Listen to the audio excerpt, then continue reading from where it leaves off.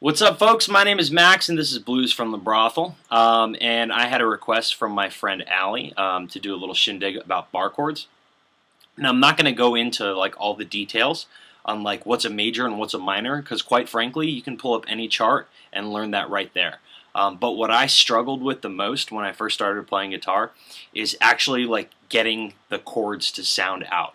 So there's a few things that it's really like important to take a look at. Um, you know, One is, how are you placing your finger? Are you just trying to slap it down and make it sound out? Because I had a lot of trouble in the beginning getting all the notes to sound out. So consider tilting your pointer finger a little bit to the side so that you can get better leverage.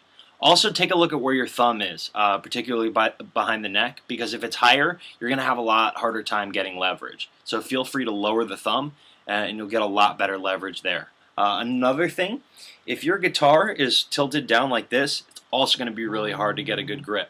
So you might want to consider bringing it back up this way until you find something that's comfortable.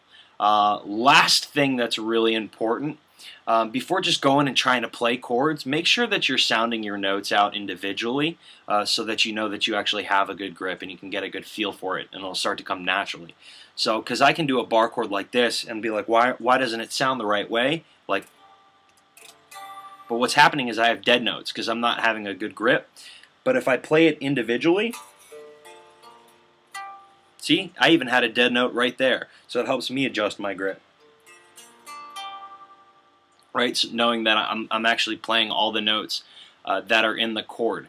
Now, like I said, in terms of majors and minors and sevenths, like you can find that all on charts. But it's really helpful to know, at least like if you're knowing like where exactly to play it, make sure that you learn the notes, on the low E and the A string. So knowing that like this is E, F, G, A, B, C, D, and then back to E.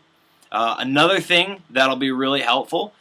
Make sure that you realize that anything, if you're going to the A string, that right above, and physically it's below, but we flip-flop here with guitar, that this is going to be, if this is your 1, then this is your 4. And a lot of blues progressions, pretty much all 12-bar blues is going to be comprised of the 1, 4, 5, which is 1, 4, 5. So you can do blues progressions just sort of like that, because I don't know, some of you have seen me jam before, but I'll do this a lot, like.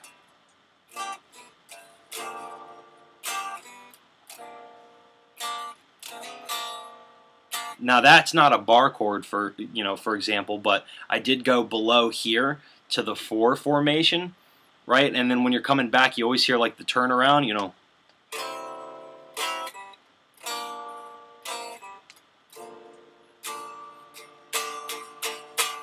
You can really do like a blues in a box.